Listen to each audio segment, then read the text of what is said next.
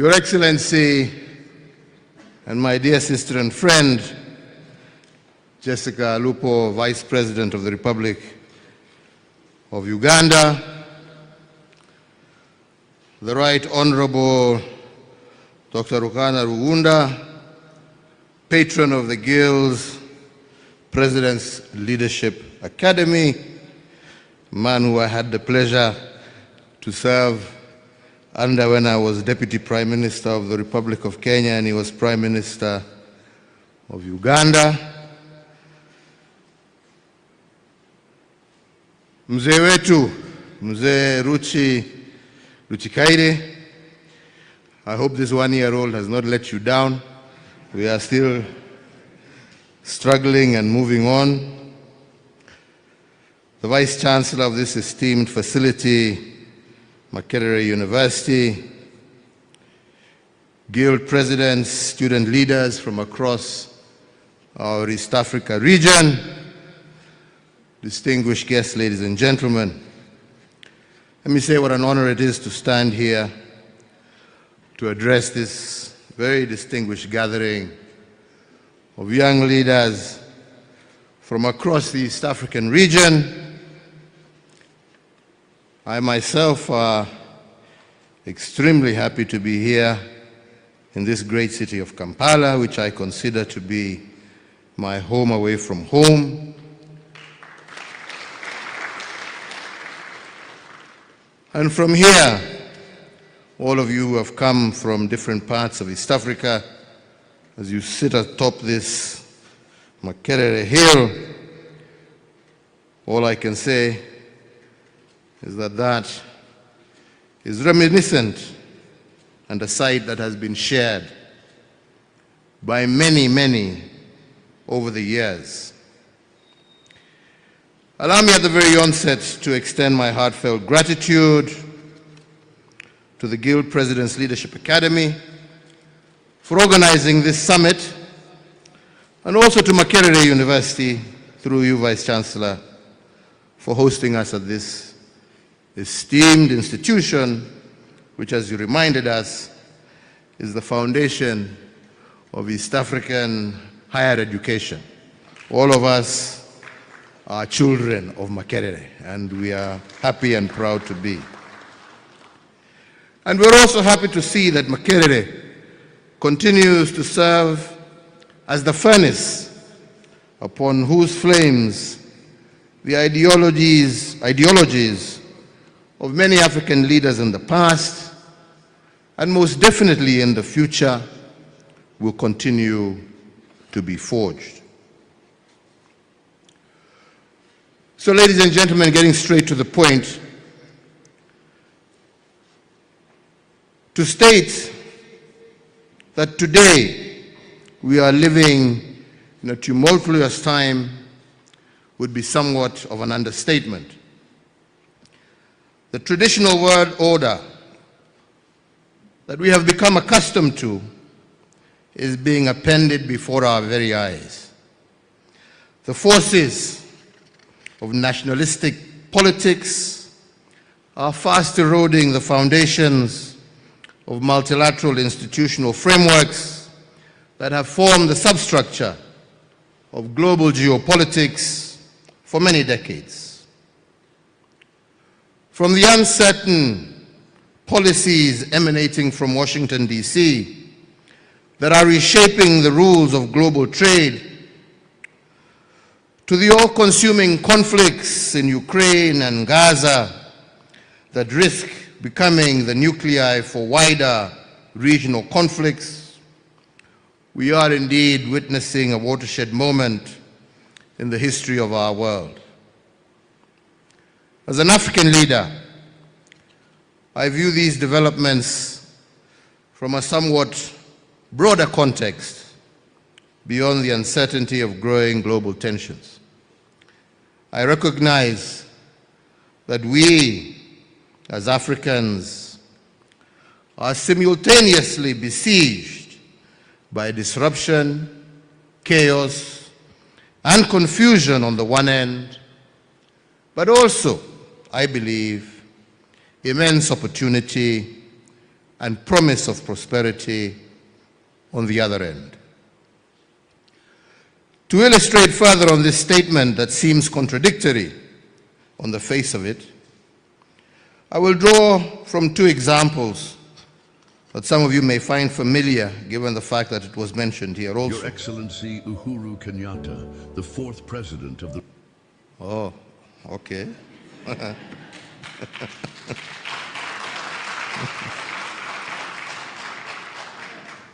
The first is the recent suspension of USAID funding, primarily directed at developing nations, and the second is a glimpse at the direction that European politics is taking and its implications on Africa.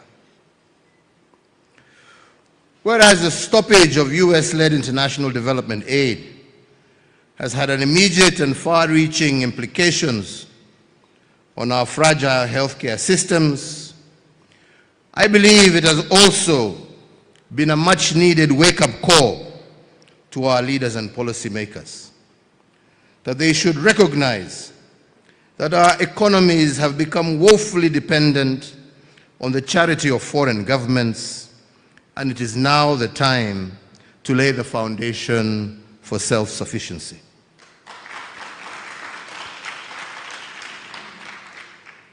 The sunset of USAID has forced a level of economic policy introspection unseen in Africa for decades. And I believe the situation calls for a serious rethink in our development priorities as African governments. Difficult and unfamiliar choices will have to be made going forward.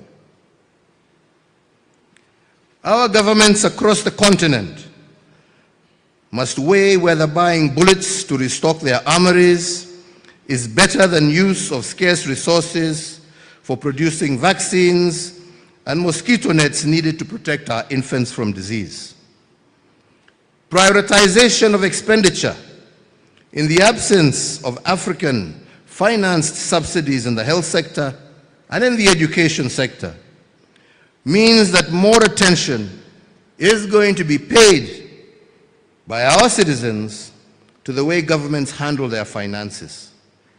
And this will inevitably translate into demands for greater public participation and transparency in public financial management. The second I mentioned is what we are seeing in Western Europe with each passing year. More and more governments are leaning further and further to the right. The election of populist, nationalist administrations has been catalyzed by various factors. Among them, the huge cost of living attributed to the side effects of global shocks, and the scramble for stretched social services. Services that must be shared with millions of migrants flowing in from Eastern Europe, the Middle East, and significantly from Africa. This right-leaning scenario that we see in Europe has some near-term implications for Africa. The truth of the matter is, the Europeans no longer want to see our immigrant boats laden with our young men and women landing on their shores. They are currently busy enacting laws to ensure that we never set foot in their countries, to partake in their resources without proper immigration documents. Our young people will soon have nowhere left to escape, nowhere to run away from the wars and poverty that define much of our continent's present realities. So what?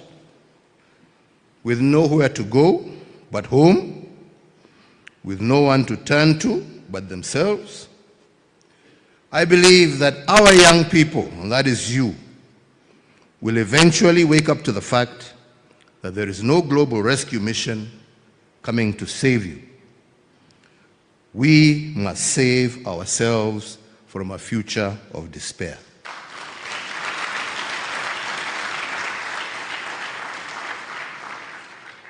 You, our young people, will have to play your part in reshaping the destinies of our countries of birth, and you will help us realize that this is the moment for each and every one of you to step onto the stage.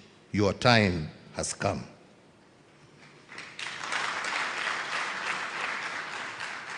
In both these examples that I have drawn from, there is a clear illustration of the type of challenges that define the moment that we are currently living in. Conversely, the same examples also provide the perfect segue for us to explore the opportunities that exist for a new generation of young leaders. A generation who will chart a better path for Africa, and I do believe that is what has brought us together this morning. So, ladies and gentlemen, as we seek to navigate the challenges of our time, let us take a moment to reflect on three questions that I believe will serve to frame the context of our discussion, and some of them actually I have already witnessed being raised here today. And the first of these is, what does it mean to be a young African in a world where developed nations are focusing inward, prioritizing their national interests over their global responsibilities? The second is, what does it mean to be a young African living on a continent that has over 35 non-international armed conflicts taking place, with millions facing displacement and food insecurity as a result? And lastly, what does it mean to be a young African competing for limited economic opportunities with close to 1 billion other young people across our continent?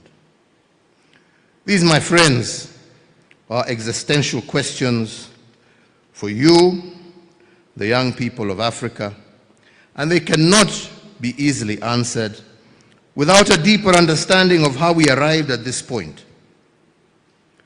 With the exception of Ethiopia, most of the rest of Africa has a dark colonial past that has, in a large part, been shaped, and has for the large part, shaped by the thinking of post-independence generations. When the wave of liberation swept across Africa in the early 1960s, late 1950s, it heralded new beginnings for all of us, as we have heard from our fathers here. It was an opportunity to govern ourselves and to determine our priorities. As our leaders sought to dismantle the vestiges of colonialism, there was widespread optimism that our newly independent states would create the environment for their citizens to thrive. You heard how, even in East Africa, they wanted from day one to form a federation right from the onset. And for a time, we lived the dream and savored the early wins of being our own masters. However, unfortunately, over time, instead of dismantling the colonial legacy, we inherited it and customized it even further to create a new African style of leadership. A style that leaned heavily on patronage, ethnic and religious mobilization, elitism and favoritism, the result of which was a quick deterioration in national cohesion, the entrenchment of corruption as an evil that led to the stagnation of our economies. There's a story President Museveni likes to tell of a leader, I don't like mentioning names, but one of our forefathers, who when being questioned as to why he didn't want this federation to proceed, couldn't give a good explanation. But another Ugandan parliamentarian challenged him and said, the problem is that you want to be a big fish in a little pond so that you can sit on all the other little fish. And unfortunately, that was the mentality that resulted in many a problem on this continent. These weaknesses exposed our underbellies and left us vulnerable once again to the whims of foreign powers. They have exposed these vulnerabilities in our political constructs to manipulate our development trajectory as Africans, and unfortunately we are almost back to square one. This, however, is a story of years gone by. It does not have to be how our future will evolve. Now that you have an insight as to how we got here, I believe let us focus our attention on how to get out of this quandary that we find ourselves in. And we begin this by taking the first question: what does it mean today to be a young African in a world where developed nations are focused inward, prioritizing their national interests? Ladies and gentlemen, having served as president, I appreciate fully the pressure that elected leaders face on a daily basis.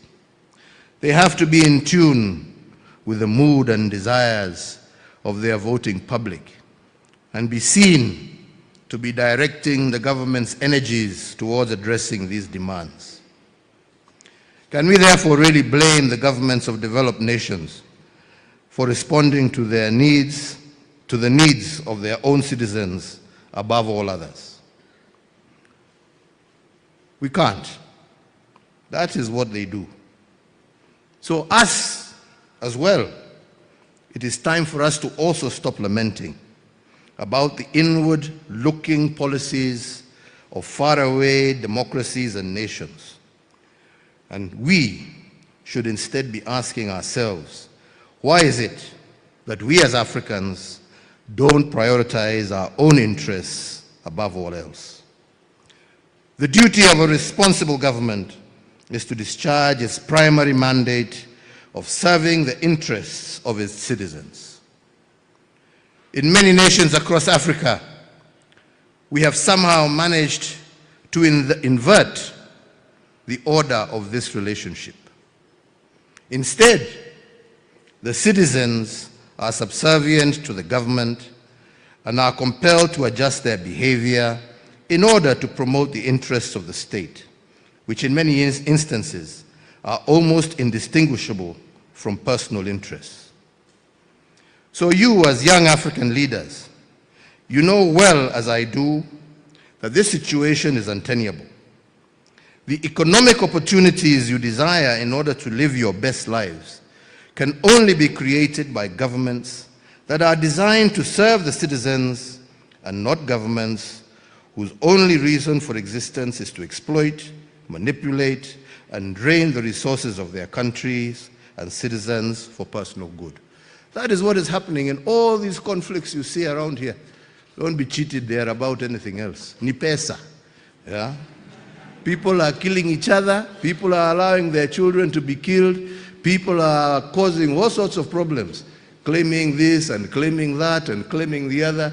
It's all about their pockets. Yeah? And that's why when they are finished destroying their countries, you see them board planes and you never hear from them again, but you never see your money again, and you are left licking your wounds. You must stop that. Yeah?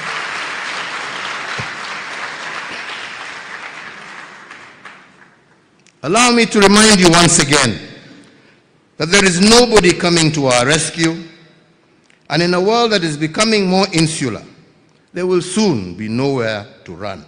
So let us fix our continent. It is therefore my considered submission that the answer to our first question is that you as young leaders must recognize that this is your independence moment, and that you are officially the freedom fighters of this era. You are the last line of defense in the battle to rescue the heart and soul of Africa for the sake of future generations. And your mission is to embrace your civic duty and choose governments that are responsive to your needs. Young leaders in East Africa, ladies and gentlemen, let me now turn to the second question. What does it mean to be a young African living in a continent that has over 35 non-international armed conflicts taking place, with millions facing displacement and food insecurity? Today in Africa, from the Sahel to the Great Lakes to the Horn, from the Atlantic Ocean to the Red Sea, over 500 million of your colleagues and counterparts are caught up in some type of armed conflict or political strife. Inevitably, these are impacting mostly women, children, and the young people. I talked earlier about how the colonial legacy was replaced in many countries by a style of leadership that draws its strength from creating and exploiting societal fissures along religious, racial, or ethnic lines as a pretext for the accumulation of economic and political power by a select few. I hold the view that this is never going to be a stable method of governance for the long term for a number of basic reasons. Firstly, the corruption that arises from it only serves to undermine public interest and diverts resources from essential services, sowing the seeds of resentment among the populace. Secondly, the politics of ethnicity, favoritism, and patronage at the expense of meritocracy are the quickest ways in which to erode national unity. Thirdly, personalization of the state means that institutions designed to safeguard continuity of governments are weakened. In all these three instances, you end up with a large section of the population that are physically resident within the borders of a country, but are psychologically and emotionally disengaged. That is what you call apathy. And I heard you guys trying to talk here about apathy. That is what causes apathy, because the people you want to lead are disengaged from yourselves. And I just want to refer, I was listening very carefully to everything that was going and being said.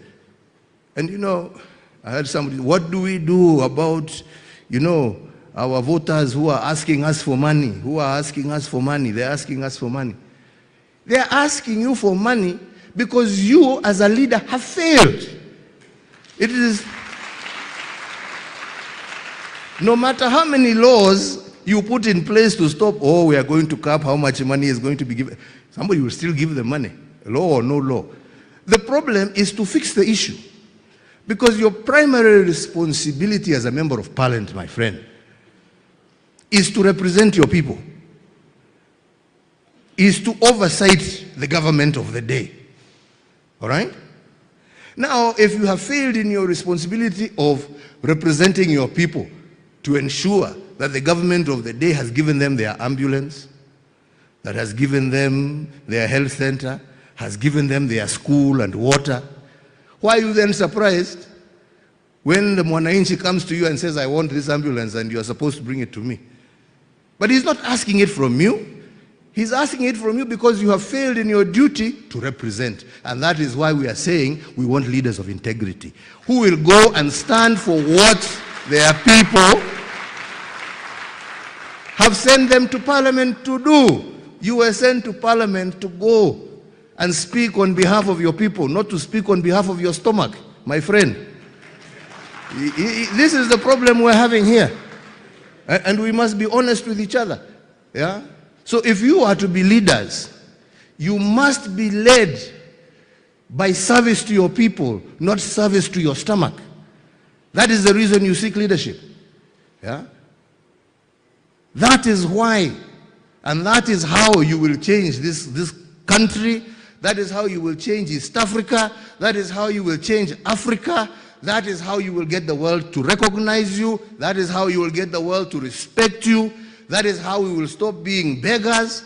That is how your children will have hope instead of going to die in some sea there, crossing to Europe to look for nothing. Na hakuna kitu huko. Yeah? Yeah? Unawacha matoke hapa ati uende ukakule Burger King na McDonald's kule. Sasa who is the fool? Your matoke here fresh, wonderful and beautiful, to go and line up huko ukula burger ambaye inakunonesha tumbo tu na hakuna kitu inakufanya. Oh. Ama ni namna gani? Yes, that is the way. So, let me continue. I'm sorry. Yeah. In all three instances, you end up, like I said, with a large section of the population that is physically resident within the borders of a country, but is psychologically and emotionally disengaged. A people excluded from the role of nation building because they feel like they are outsiders or bystanders in their own country. At the root of almost every crisis in our part of the world, the common denominator is the absence of inclusive, responsive leadership. Further, I believe it is essential for you as young leaders to appreciate the fact that these fissure lines that I speak about are visible beyond our continent. Others can see these fissures. They are looking at us through their ambassadors and their high commissioners. They are looking at us. You think wamekuja hapa ati ku encourage bilateral. Wamekuja hapa kujua how much more can we get. Yeah? Right? These fissures, they are visible to them. And as such, they have made our continent fair game for destructive proxy wars sponsored by nations with significant economic and military strength. These actors have the strategic intent of using the chaos and confusion perpetrated by self-serving leaders across our human capital to access our human capital, our mineral wealth, our agricultural potential, to grow their own economies at our own expense. To compound this further, society is experiencing these levels of internal discontent, are susceptible to an even more sinister type of enemy, and that is violent extremism. Organizations hell-bent on disseminating and entrenching their misguided ideologies through violence. And we know, you see in Kenya we have Al-Shabaab, here you have ADF causing problems all across the border, disturbing citizens, not allowing people to move forward. But why are these groups able to do that? They're able to do that because there is somehow feeling that there is a vacuum which they want to come here and push, because we have also failed in trying to have this inclusive society. If we were one, these would not be problems. Al-Shabaab problem, ADF problem would be a problem of East Africa, not a problem of individual countries. You don't have the capacity. These people have no color. You know, they have no tribe. They just have an ideology which is warped. So today they will bomb you in Kampala, tomorrow they'll be bombing me in Kiambu, or they'll be bombing somebody else in Dar es Salaam. But if we were together, we are able to fight and to confront these issues, while at the same time working towards the prosperity of our nations. So, the peace and security crisis that looms over many parts of our continent is a clear and present danger to Africa's long-term viability as a going concern.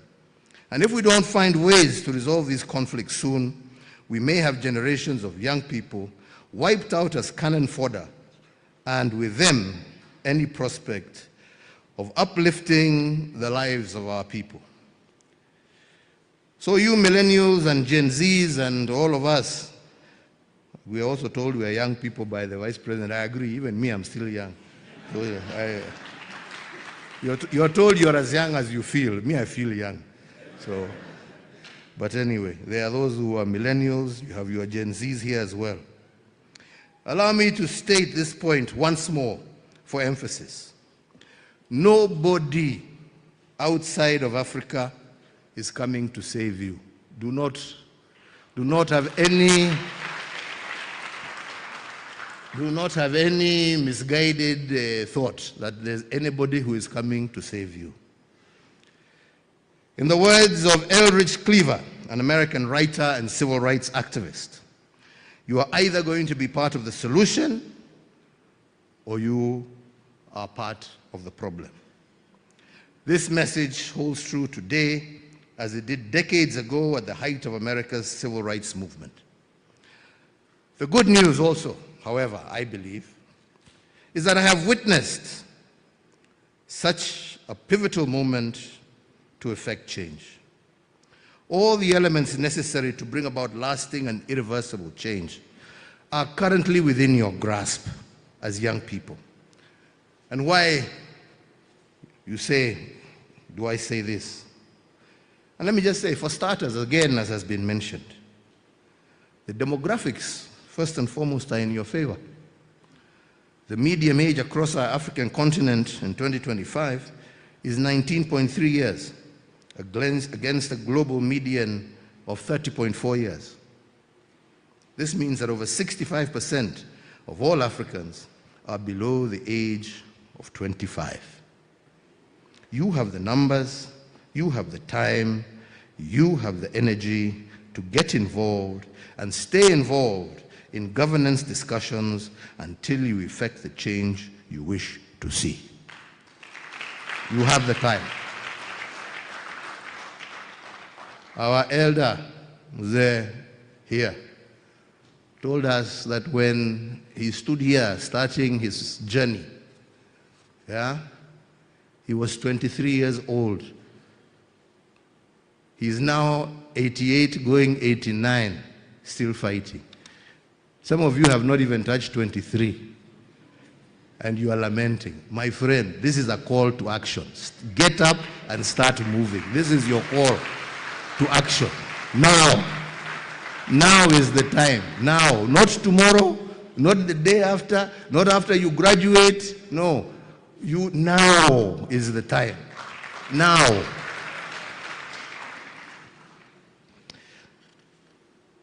So, like I say, you have the numbers, you have the time, and you have the energy to get involved and stay involved in governance discussions until you effect the change you want to see. Furthermore, you are also the beneficiaries of years of investment in education and digital connectivity. You have the knowledge. You are, in essence, the first children of that knowledge economy, the true digital natives of Africa.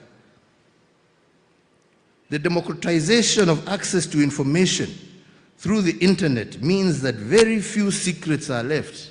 Very, very few. Very, very few secrets.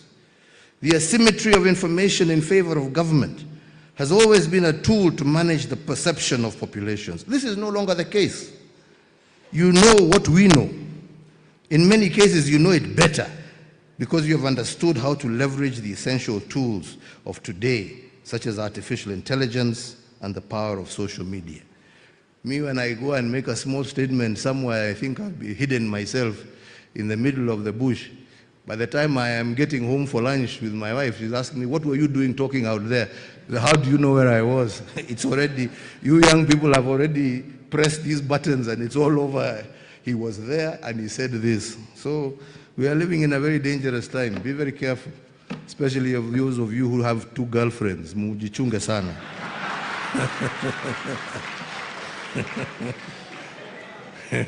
I hear these days they can even follow you, you know. She can just say, I don't know, follow me or track me, I don't know what. And you've said you've gone to study in, I don't know, the library, and she finds you in some. Be very careful. Things are very dangerous these days.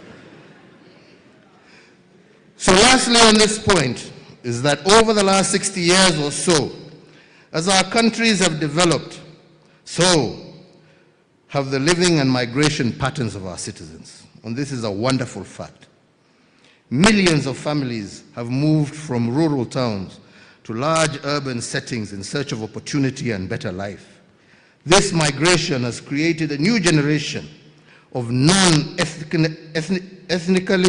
homogeneous populations across the country. The result, millions of young people born out of intermarriages and unshackled by the negative weight of ethnic identity are slowly becoming the majority. As I alluded to you earlier in my speech, never before have there been such ideal conditions to break loose from the generational curse of our forefathers and of some of us that saw us remain chained to ethnic and cultural differences as a way to distribute wealth and political power.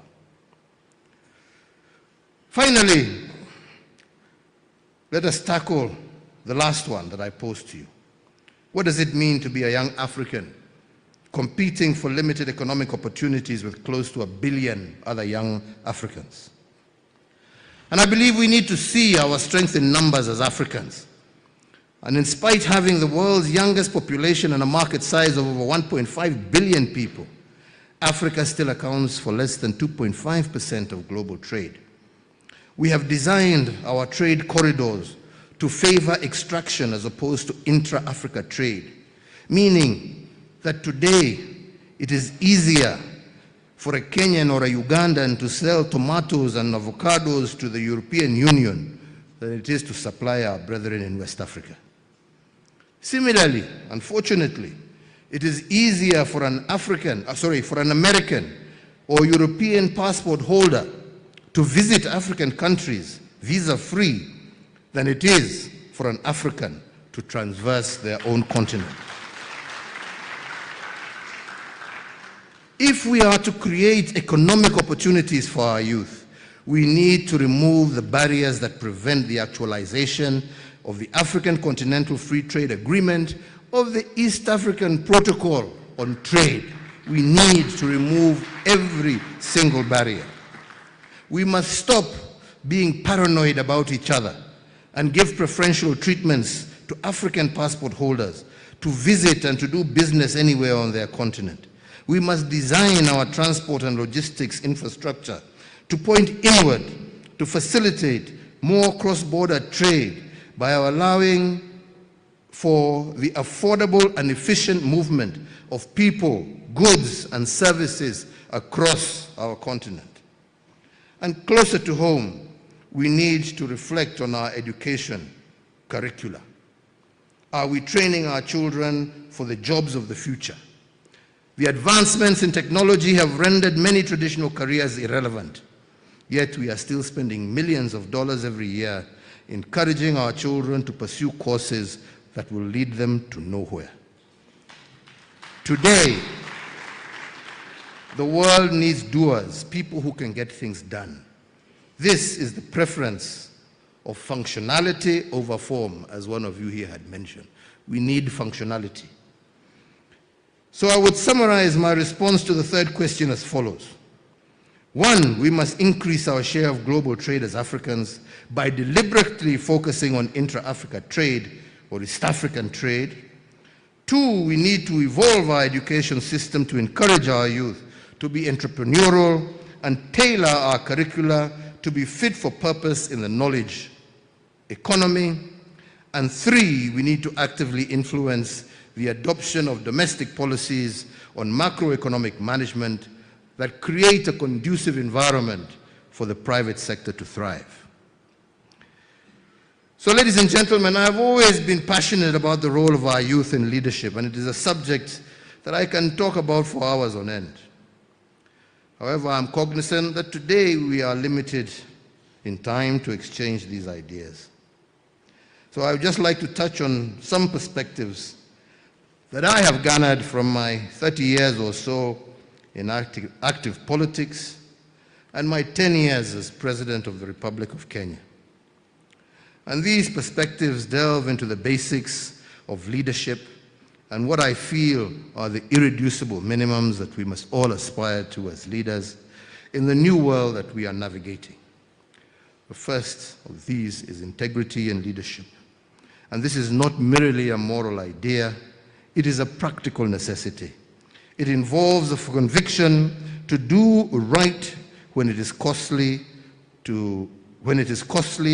and to serve when it is easier to exploit. Integrity builds legitimacy, and legitimacy fosters peace. Leadership is a journey filled with challenges and triumphs. Reflecting on my own tenure, I did face numerous challenges, including corruption, rising debt levels, so on and so forth. But these experiences taught me that humility, listening, and continuous learning are the core to ethical leadership. Courage, my friends, courage is the underestimated quality, but it is something that you shall require in abundance if you are to transcend ethnic mobilization for power, short-term populism, and dependency on elite networks. Leadership should be based on vision and competence, not tribal affiliations. Policies should be designed for long-term national benefit, not immediate political gain. Opportunities should be accessible to all based on merit and hard work. Focused and determined is what you shall need to be in order to confront the status quo and compel a shift to a merit-based governance model that values competence over connections, transparency over transactional politics, and places citizens, not politicians, at the center of public service. Young leaders, as I conclude my remarks, I would like to recognize that universities like this are not just centers of learning, but they are incubators of change. They nurture values, ethics, and civic consciousness. You, as guild presidents and student leaders, are not merely representatives of your peers. You are the trustees of tomorrow's Africa. Your leadership today will shape the governance structures of our nations tomorrow. The power of an integrated East Africa lies in shared values, youth-led civic movements, and collaborative governance reforms. I encourage the creation of a cross-border youth action plan for integrity as outlined in your own summit agenda. You are the first true East African generation. Think beyond borders. Think vision. For you, your sake, and for the sake of future generations, my call to action for our youth is to lead with conviction, not convenience. To our institutions, I ask you, empower and equip these young leaders meaningfully with the skills and knowledge they need to actualize their potential. To the development partner present, it is my hope that you shall consciously invest in an integrity-driven leadership development. It is said that history is often written by the powerful, but the future will be shaped by the principle. I express hope in this generation's courage, creativity, and conscience. I reiterate support once again for the GPLA's mission and Makerere University's leadership in all of this. Let your voices rise not just as echoes of the past, but as my father said, as architects of a new dawn, an East Africa that works for all and leaves no one behind. I thank you all for your attention. May God bless you. May God bless our beautiful region of East Africa and our wonderful continent of Africa. Asante ni sana. Thank you very much. Asante.